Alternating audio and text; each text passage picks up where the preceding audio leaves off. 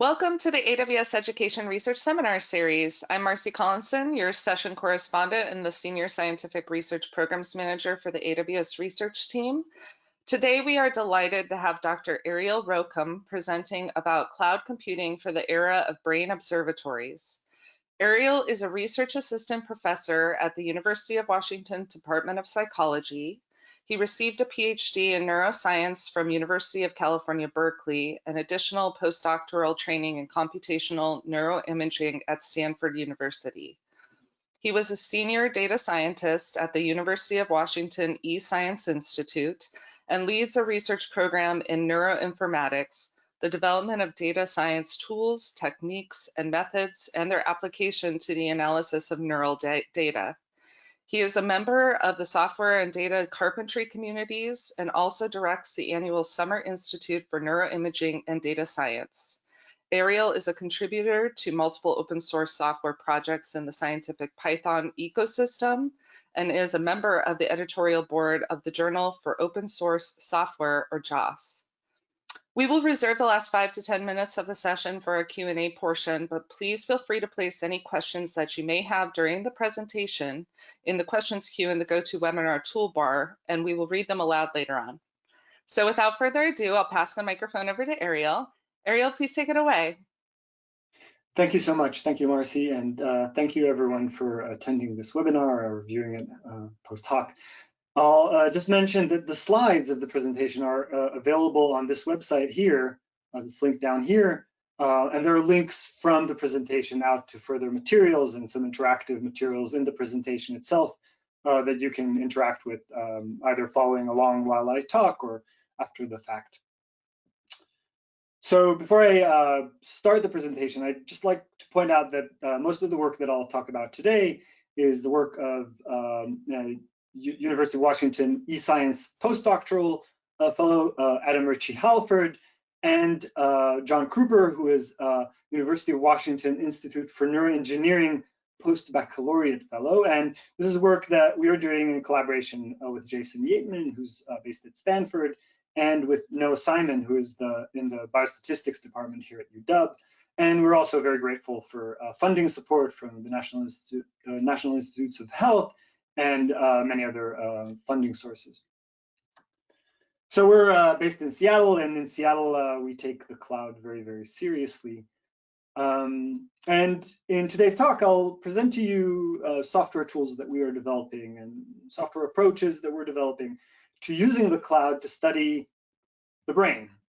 So I'm a neuroscientist, I'm trained as a neuroscientist, and I'm very interested in the brain, and we can study the brain in a variety of different scales using a variety of different tools. My major interest is in the way that the structure of the brain, and particularly the structure of long-range connections between disparate parts of the brain, organizes our behavior and corresponds to differences in behavior between people. And one way that we can study this is by looking at measurements that we can do in people. And so much of my talk today will focus on measurements that use non-invasive measurements that use magnetic resonance imaging in order to study these brain connections. And we are in a very special era in neuroscience. We are transitioning into what I call the era of brain observatories. And that means that in addition to the small-scale experiments that people can do in their own labs, we are now able to access more and more data sets that are very, very large and are collected by what I call brain observatories. So what is a brain observatory? A brain observatory is, in analogy to astronomical observatories, a centralized instrument or a centralized project that collects data, develops large data sets, and makes these data sets available to the community. Really, the paradigmatic brain observatory is the Allen Institute for Brain Science here in Seattle. And the Allen Institute collects very large data sets, very high quality data sets of neuroscience data, and provides those openly to the community for researchers to mine, to inspect, and to use as controls for the measurements that they do in their own labs. In human neuroscience, there are several brain observatories that are already available. One very important brain observatory is called the Human Connectome Project. This project focused on brain connectivity, on these large-scale connections that I just showed you in that image, has collected more than 1,000 brains or data from the brains of more than 1,000 individuals and made that data already publicly available. But there are other projects already happening. The Adolescent Brain Cognitive Development, or ABCD project, will eventually collect measurements from more than 10,000 individuals, adolescents, and children as they are developing. Similarly, the Healthy Brain Network from the Child Mind Institute will collect measurements from about 10,000 individuals also during their development and make those available. And the UK Biobank is a very large project based in the UK that will collect data from 500,000 individuals. And so the scale of these data are very, very large. And this large scale of the data provides new opportunities that just didn't exist before. These new data sets will enable important new discoveries, and they will do this via the method of data-driven discovery. And by data-driven discovery, I mean the use of methods for data aggregation and integration across data sets, use of machine learning and data mining techniques, advanced ways to visualize the data and communicate the data to the public, to stakeholders. And this will provide insights into the brain basis of complex behaviors. And that's because in tandem with these very complex and large-scale measurements, these projects are collecting an array of different behavioral measures and measures of mental health. Ultimately, this will provide the basis for what we call personalized medicine. So paradoxically enough, the fact that we're measuring for many, many different individuals allows us then to zoom in on the individual person and see how that person and how their brain differs from the normal trajectory of brain development or the normal state of brain connections. So that's the broad vision. Let me just give you a bit of an outline of what I'll talk about today. So I'll talk about data-driven discovery in human neuroscience, focusing in particular on studying brain connections with a method called diffusion MRI, which I will introduce in just a few minutes. I'll talk particularly about the work that we've been doing to automatically segment brain connections from this data and do what I call tractometry. I will explain that. And then I'll talk about how we can do data-driven discovery in the cloud. Particularly, I'll talk about a software project that we have been developing called CloudNaut that allows us to do data-driven discovery and analysis at the scale of these brain observatories. So let's just jump in by starting to talk about studying brain connections with diffusion MRI. So these are these brain networks that I showed you before, and as I told you, these are networks that we can study using MRI. The reason that we'd like to study these in living human beings as they are in inside our MRI magnet is that these are not just static cables. These brain connections develop, they mature with age, there are individual differences between people, and those individual differences account for differences in behavior. These brain connections adapt, they change as we learn new things, and the health of these brain networks is important for our mental health. And these are insights that have arisen from a very large body of literature over the last 20 or so years using magnetic resonance imaging. The principle behind diffusion MRI, which is the method that we use, is that we can measure the physical properties of brain connections with diffusion MRI by looking at the motion, the random motion of water within the brain. And so here we're looking, let's say, at a compartment within the brain, and these blue dots represent water, and we can measure their diffusion using diffusion MRI. So this is what a diffusion MRI image might look like, and in every part of the brain. So this is a horizontal slice through the middle of the brain of a single individual, and these parts in the middle of the brain are ventricles. They're big water-filled cavities inside of our brain. These are normal, perfectly normal cavities that we all have that provide perfusion to the brain and perfuse out from the brain down into the spinal cord. And what you can see is that there's a lot more diffusion in those areas where the water can move more freely than inside of the brain tissue over here on this side. Now, in places where the diffusion is equal in all directions, we call that isotropic diffusion. That means water can diffuse in all directions equally. But in places where there are large bundles of fibers that connect different parts of the brain, water diffuses more readily along the length of the nerve fibers than across their boundaries. And we call that anisotropic diffusion. And we can, using diffusion MRI, we can quantify both the mean diffusivity, but also how anisotropic the measurements are in different places. And this gives rise to this image of the same location in the brain that gives us a little bit more structure. So we see that there are these major bundles of nerve fibers that travel through the brain across the two hemispheres and along the length of the brain, and those connect disparate brain regions, forming brain networks. And in different places, we can not only quantify how anisotropic the measurement is, but also in which direction the measurement goes. And that gives us a sense of the trajectory of brain fibers or nerve fibers through the brain. So we can go from the measurement of diffusion to the anatomical structure. Let me take you through that idea step by step. So here I'm looking again through a horizontal slice through a single brain, and let's zoom in on a particular segment of that brain. In this particular segment, we measure diffusion in every point, and then we model that diffusion and can delineate the direction of diffusion in every location. So here, in a big bundle that connects the two hemispheres, we see diffusion that goes from right to left. But as the nerve fibers travel through to the hemisphere, we see that they take a turn and they start turning upwards here in the image, which is towards the front of the brain. And so we can propagate streamlines through a vector field that is defined by these principal diffusion directions, and we call that computational tractography. That is, we're tracking brain connections. And we can do this many, many times. So here I've done this through the middle of the brain many times, and you can see how in this individual there are brain connections from side to side through the front of the brain.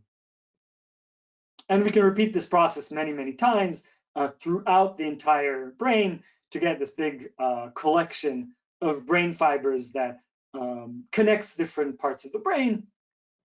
And this is the data that we'd like to analyze. But in order to be able to analyze this, we'd like to be able to take this big bundle of spaghetti that I've just shown you, and we'd like to break it apart into different anatomical structures. And we call that automated tract segmentation. So the different bundles, the different long-range connections are in anatomy, they're referred to as tracts. And we'd like to be able to segment those out.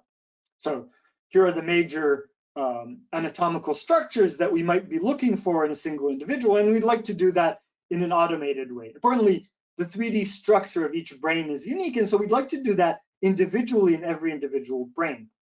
And we've developed methods to do this. The method for automated tract segmentation relies on the fact that coherent brain structures travel through waypoints in the white matter. And so finding these waypoints in the individual brain and then finding the streamlines that have traveled through these waypoints provides for us individual tracts. So here we're looking at the so-called corticospinal tract that connects the cortex with the spine, providing the motor commands to the muscles in our body to move. Similarly, we can delineate the so-called arcuate fasciculus here on one side and here on the other side. This is a curved structure that connects the temporal lobe with the frontal lobe and is thought to be involved in production of speech and reading and things that have to do with language. And then finally, here's another bundle. This is the inferior frontal occipital fasciculus here on both sides in an individual brain. So this is the way that we segment out the tracts. And here is an interactive visualization of many tracts, about 20 tracts segmented in a single individual.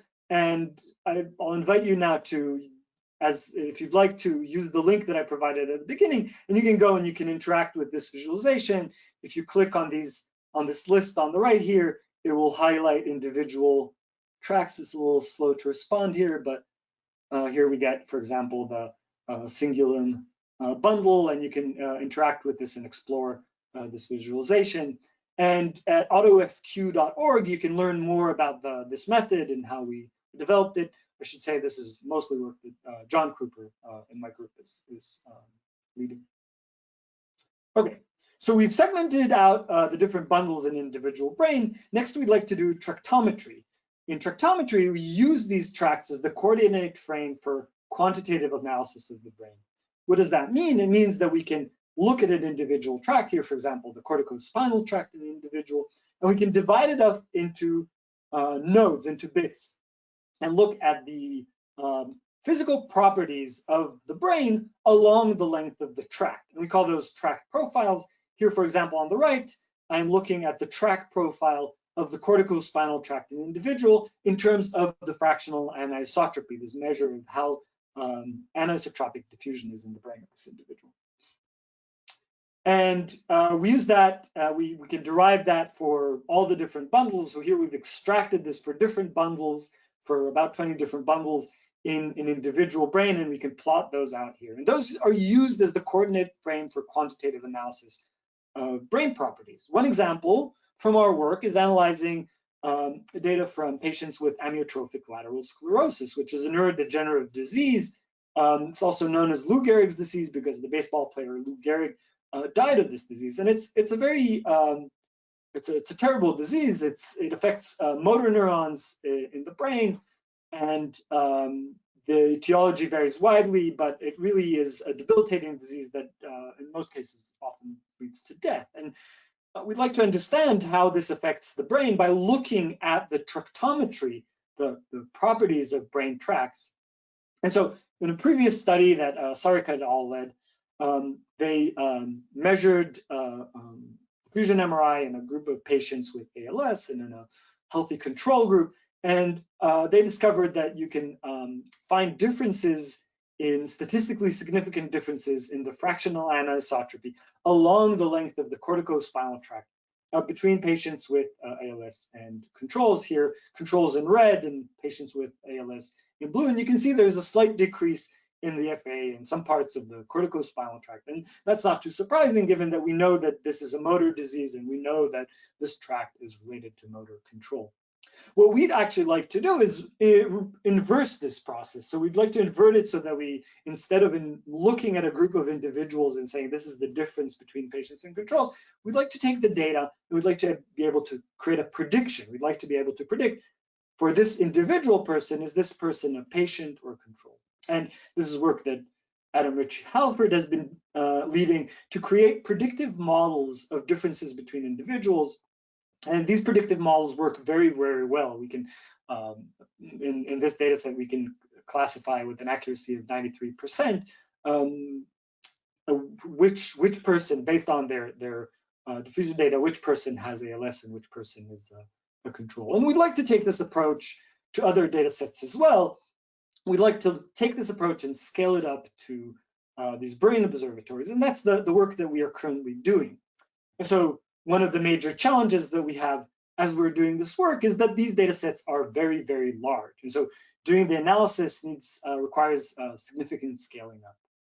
And so the next thing that I'll tell you about is how we're scaling up these analyses, how we're scaling up segmentation of brain tracts, and how we're scaling up tractometry and machine learning for individualized prediction up to the scale of these large data sets provided by these brain observatories.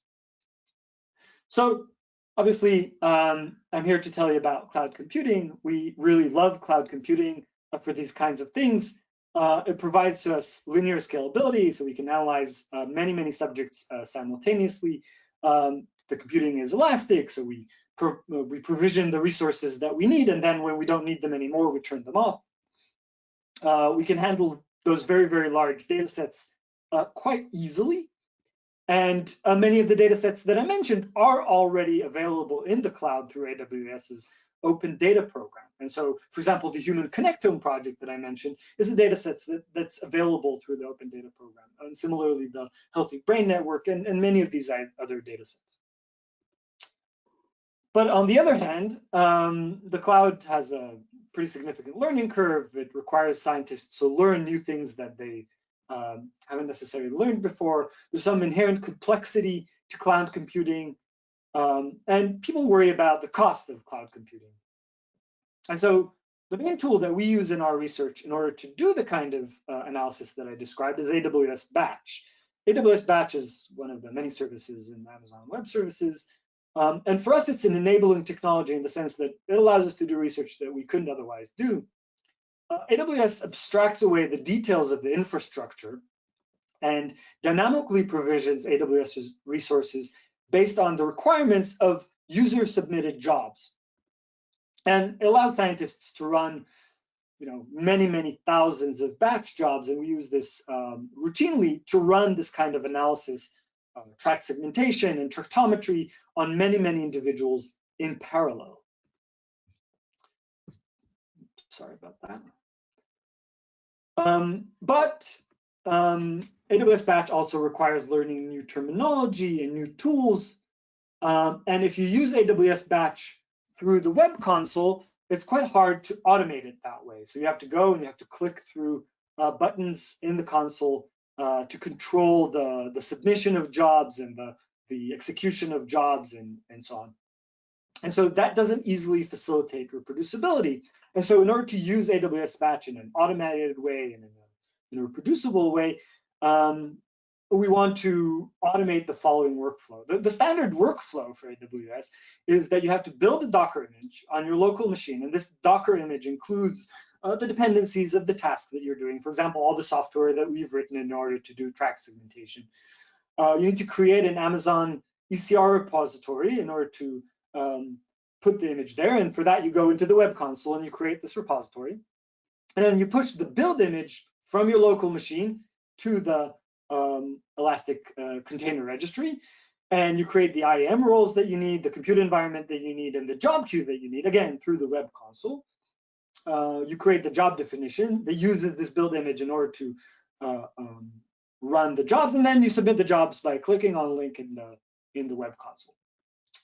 The challenge with that is that we'd like to reap the benefits of AWS Batch without leaving our development environment locally on our machine. We'd like to minimize the going back and forth between our local machine and the web interface, and we'd like to automate that. For example, we'd like to be able to run a Jupyter notebook locally that will deploy the jobs to AWS Batch automatically. And for that, we developed a software that we call CloudNaut. CloudNaut uses the single program, multiple data paradigm. Let me walk you through the software API. So the software is imported here. This is written in Python. We use Python for all our analysis, and we're going to use Python here as well. We import the library CloudNaut as CK, and then we define some kind of function. This is our user-defined function. This is the function that we will run on every one of our individual subjects. For example, awesome func here might include code that downloads data from Amazon Web Services from S3, from the Human Connectome project S3 bucket.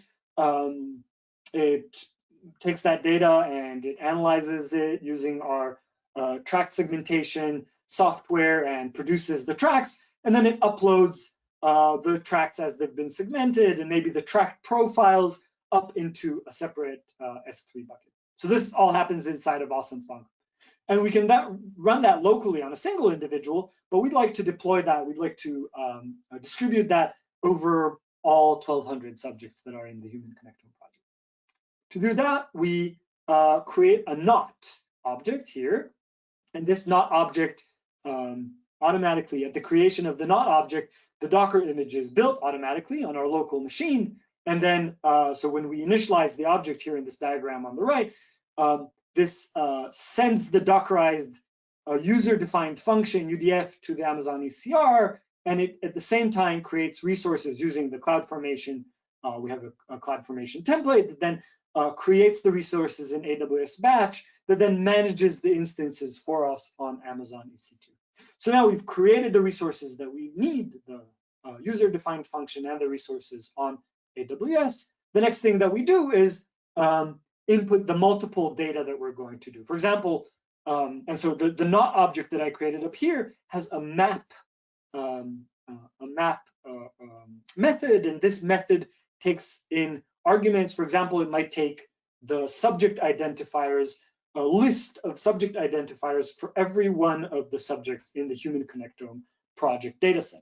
And executing this map, what it does is it then here distributes serialized input. So we serialize all these subject IDs, and we send that to Amazon S3, and then Amazon EC2 retrieves that input into every one of the machines and runs in a separate task on AWS Batch the program or the function on every one of the individuals in the human connectome project.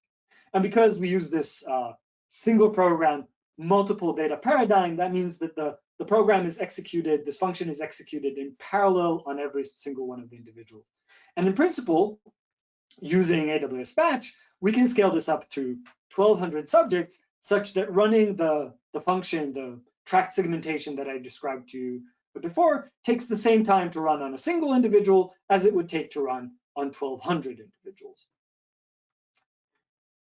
Finally, the execution of the map method of the not object returns a concurrent futures object, a Python concurrent futures object that allows us locally from our local environment to monitor the execution of the tasks and their completion, and then know when the task is over, and even gather back outputs from this. So we can get back certain data outputs, for example, that are also stored in Amazon S3, and keep going in our local environment. Again, this is all happening in our local environment. Let me switch over to just an example notebook that we have in our GitHub repository. I'll give you the link to the GitHub repository in just a few minutes. But let me just show you what that looks like in practice. So here is a function. This is an MRI pipeline that we wrote. It gets some data. Here it's fetching the human connectome project data using a function that we wrote from S3. It runs some data analysis over here, denoising the data, fitting a model to the data, creating some local data, and then in the end it returns some quantity from the data. Here we're loading subject IDs. So we have 25 subjects that we're going to run this on. We import the CloudNode as CK, the library that we wrote to do this. We're creating a Docker. Here we're doing a two-step process where we're first creating a relatively complex Docker image locally, and then creating the not object. This is the main object in the library. Notice that we can give it a Docker image as input. We can also require a certain amount of memory. We can use spot instances to control costs. Here we're bidding 100%, and so we're almost guaranteed to get spot instances, but at the lowest possible price. And then finally, I call not.map on this list of subject IDs and collect the results. In this case, something didn't really work. One of the subjects failed, so I can monitor the status of the jobs, giving me this kind of result here. Here, something didn't work in one of the subjects, but 24 of the subjects succeeded. And then finally, I can clobber the not. This eliminates all of the resources that I created on AWS using CloudFormation. So that's an example, and it's available through our GitHub repository of showing a really practical example. And the example that I just showed you was an example that we used in a previous study that Permita Mehta led, and we published in VLDB in 2017. In that study, we examined several different big data systems, Dask, Miri, and Spark, and benchmarked them in terms of their performance on this pipeline that I just showed you, and timed that. And so these big data systems, Dask, Miri, and Spark, this is sort of their scaling performance, and CloudNode is here in blue. And you can see that CloudNode is indeed slower than these other specialized systems, but in the at the top here, it's lower by about 10 to 25%. And the important takeaway from this benchmark is not necessarily that CloudNode is more performant than these other systems, but really that it's actually easier to write code for our CloudNode than it would be for these systems. The previous MRI benchmark was performed by a team of 4 graduate students and postdocs in computer science. It took about 6 months to put together. And the CloudNode implementation that I showed you took me about 1 day to write. Granted, I'm also a neuroscientist and I understand this topic much better, but still, it's very easy to write code for CloudNode in a domain where you're already writing code. And so, indeed, for these 25 subjects, CloudNode was about 10 to 25% slower, but you can think of this as the takeaway being that CloudNode favors workloads where the development time is more important than the raw execution time. So to conclude this part about CloudNode, favors workloads where development time matters more than execution time, and for many data science problems, this is an acceptable trade. This simplified API makes cloud computing more accessible. You import cloud knot, you define the cloud knot object, and then you map a sequence to get a results concurrent futures object. And that's all the code you need to write, provided that you've written the UDF here, the user-defined function. Okay, as I mentioned, this is open source software that we're developing. The GitHub repo is available on this in this repository. The documentation is available at this website, and we'd really like other people to use this software as well and to provide contributions and raise the issues that you find as you're using the software. Okay, so to summarize the entire talk, today I presented a bit of a vision of how we study brain connections using diffusion MRI. I presented to you the idea of automated tract segmentation, the idea of tractometry, and how we use tractometry and tract segmentation in large-scale data sets that are becoming available through so-called brain observatories to do individualized prediction, use machine learning in order to drive individualized prediction of the brain basis of behavior and of brain diseases. And then in the second part, I showed you Cloud Knot. This is our tool for data-driven discovery in the cloud for analysis of brain data at brain observatory scale. I'll finish by again thanking. I'll mention that Adam Ritchie Halford and John Kruper did much of the work that I showed today. David Bloom is also a member of my team. Jason Yateman, based at Stanford, is our collaborator in much of this work. Manjari Narayan and Ethan Roy are also collaborators in his lab, and Noah Simon here at UW Biostatistics. I'd like to thank again the National Institutes of Health, in particular the National Institute of Mental Health, for a grant that we have to do this work, and the other sponsors and funders of this work. These are my contact details. As I mentioned before, these slides are available online. This is my Twitter handle here, and I'll tweet out the link to the slides again after the end of this webinar, and I'd be happy to take questions on Twitter after the fact. If you find interesting things in the slides that you'd like to ask more questions, that just tweet at me and I'll be happy to take those questions. And in the meanwhile, I'd be happy to take questions that you have online now. Wonderful. Thanks so much, Ariel.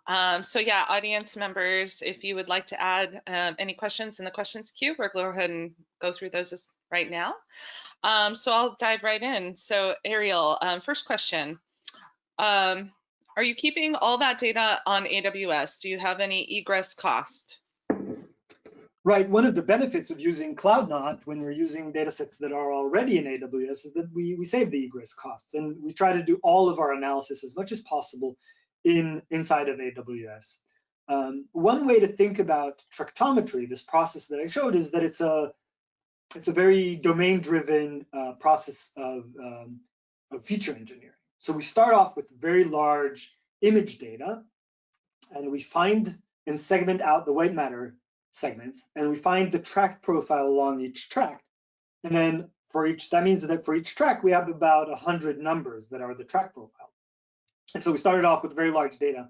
We end up with 100 numbers times 20 per individual, and those data we can download then as a CSV file and do the analysis, continue our analysis locally on these relatively small data. And so we try to avoid the egress costs as much as possible, analyzing the data in the cloud as far as we can before downloading relatively small data sets. Great, thank you. The next question I can probably answer. It said, are these slides available for download as a PDF? And I think, Ariel, please correct me if I'm wrong, but the imaging within the deck would not be interactive if we were to do it that way. So that's why it's placed as a GitHub link. But if that individual really needs a PDF version, I'm sure we could figure something out. So feel free. Yeah, I could tweet out a version of this with PDF, but it will lack many of the visualizations that I showed today. Right, exactly. Okay, next question. How do you estimate costs for batch jobs?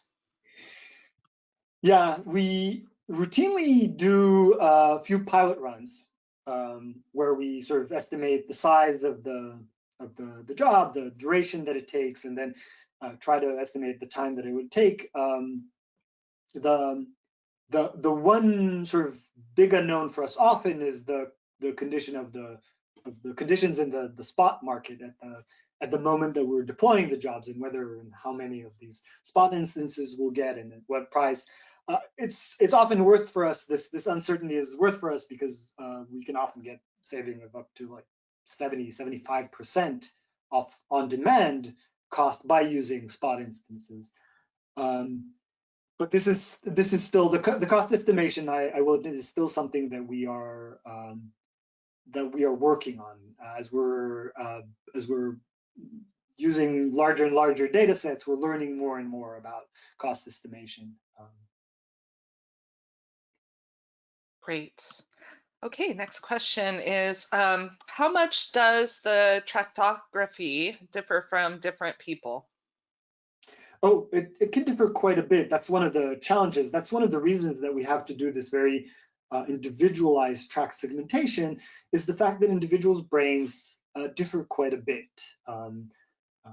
We have a notion of sort of a typical brain, and there are certain brain features that are common to everyone's. For example, these ventricles that I showed you in the beginning, and the fact that all of us have certain folds in our brains. But as you go further and further away from these typical brain features, individual brains can differ quite a lot. The size of different features can differ quite a bit, and the trajectory of the brain connections, the 3D trajectory, can differ quite a bit between individuals. A lot of the work that we put into the automated segmentation is about overcoming these differences between different individuals. I'll mention in particular that in individuals that have neurological disorders and in aging, the brain changes quite a bit. And overcoming that fact, the fact of the change, and finding these brain connections despite, for example, enlargement of the ventricles is one of the challenges that our automated methods overcome. Wonderful. Next question. You mentioned using futures. Can you show an example of linking more than one not output input to input? That is a good question. Let me quickly go to the documentation for CloudNod and show you where you would find examples of many different things, and then see. So when you go to I'll just show where this is. This is at NRDG, Neuroinformatics R&D group. That's my research group. .github.io/CloudNod. That's where the documentation is. And if you click on examples here, it will take you to a series of notebook examples. And if we go into this paper example, here we go. So this example that Adam wrote as part of the paper that we wrote for the SciPy 2018 conference demonstrates how to use Monte Carlo simulations to calculate pi. And so here, what we define here is a counting function. It uses random number generator in order to here use the equation for the circle in order to count how many non-zero, and that sort of tells you how many are inside and how many are outside. And then this function here takes the future and then calculates based on the future so it takes this and summarizes that based on many different deployments of this calculation. So down here you'll see how we call that, and we have a callback. So we can add a callback to our future and then execute the callback in the end to estimate pi.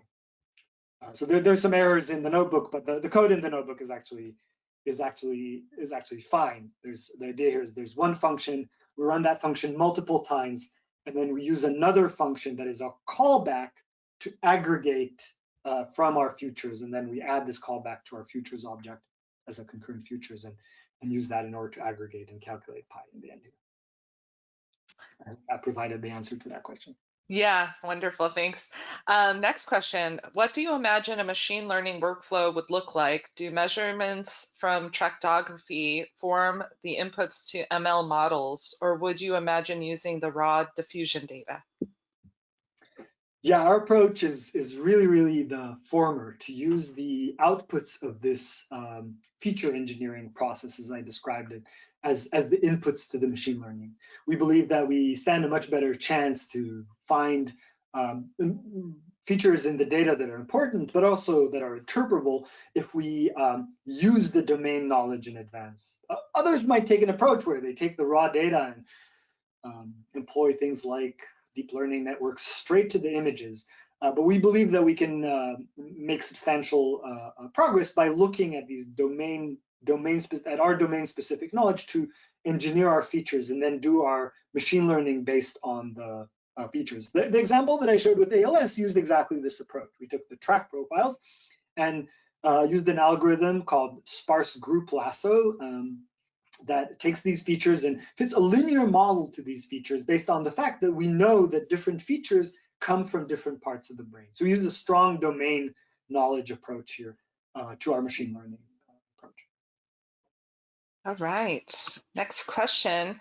Can you give us some idea about compute time for a typical job, size of data, parameters, etc.? Yeah, so the track segmentation that I showed you here, the input data can be on the scale of gigabytes per subject. So we're talking about, depending on the measurement that was done, between 1 or 2 gigabytes up to 10 gigabytes roughly per individual subject. And the tractography, modeling, tract segmentation, and so on takes between an hour and 4 hours per individual. So the batch jobs that we run are on the order of a few hours per individual. All right. Next question is, are these tools useful outside of neuroscience? Yeah, I would hope so. So just to get back to sort of the CloudNaught, maybe the conclusion here for CloudNaught. The conclusion for CloudNaught, or maybe I'll go to this other diagram here.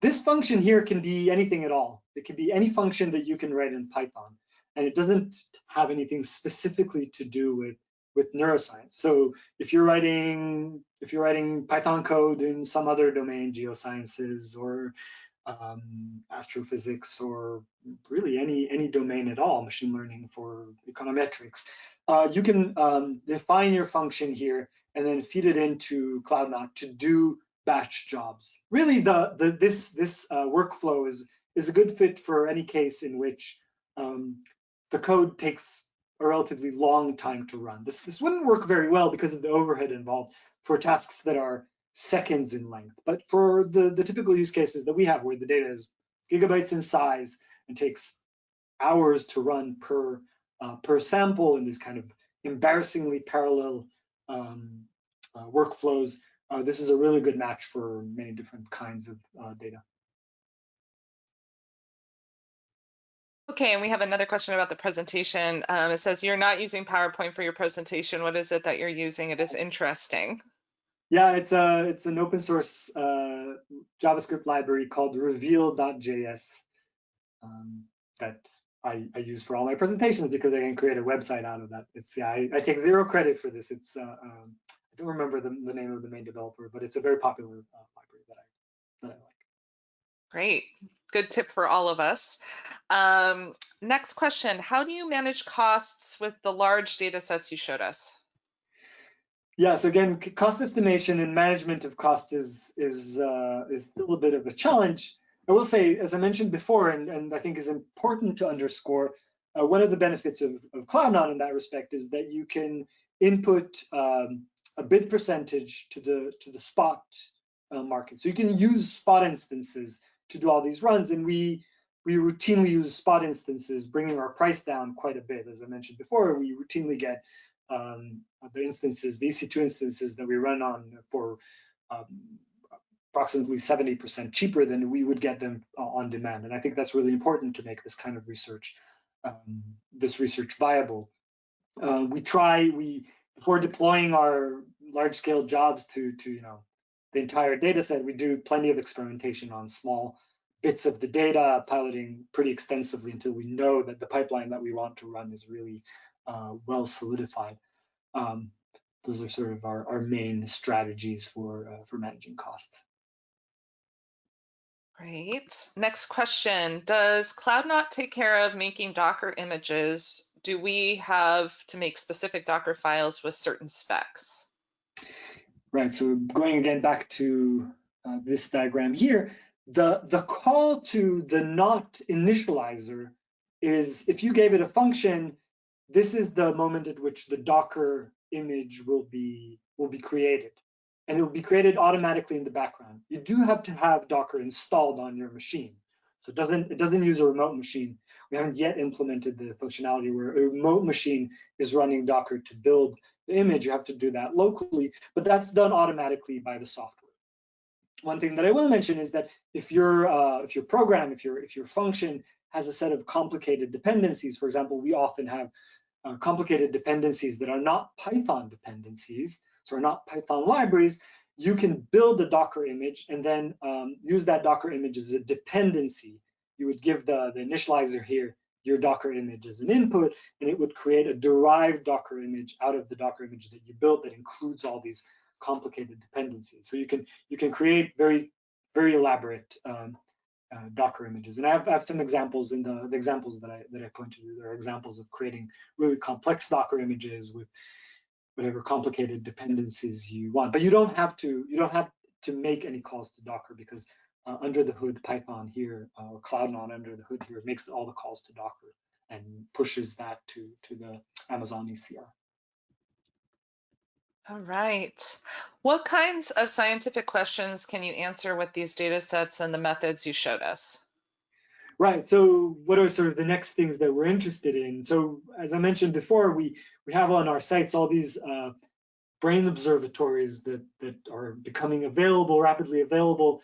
And as I mentioned before, some of these data sets are really focused on children and adolescents. And some of the questions that we're interested in tackling in those data sets relate to reading and reading skills. Jason Yateman, who is our collaborator at Stanford, his group, his lab studies the development of reading ability and the brain basis for the development of reading skills and math skills.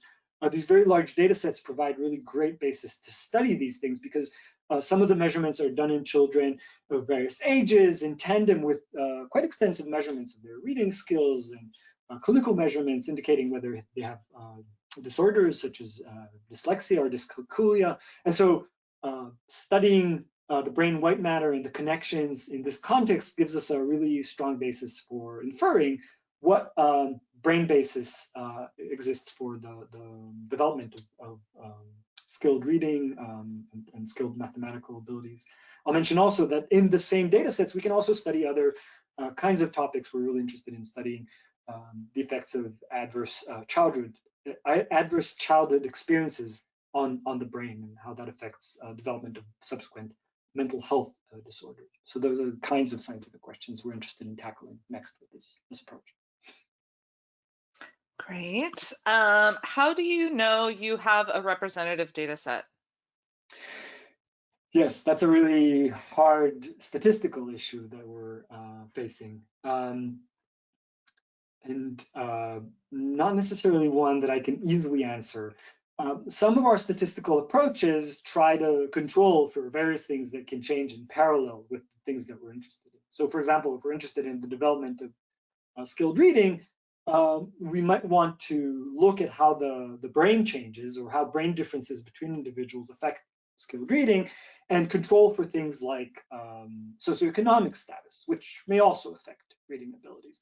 And those statistical approaches that we're currently developing give us a handle, at least, on how unrepresentative our sample might be. I will mention in data sets that are of the scale of the UK Biobank, for example, that will collect eventually hundreds of thousands of individuals, really sampling close to the entire population already. It's a kind of within orders of magnitude of the population. And so we expect those samples to be highly representative and to include prevalence of even rare diseases. So that's really the opportunity that is presented by these large data sets. Great. Well, I think we've run out of questions unless the audience have any more that they'd like to put into the questions queue. But I'd like to thank you, Ariel, so much for your time today and for the wealth of information. I'm sure everyone found it to be extremely useful.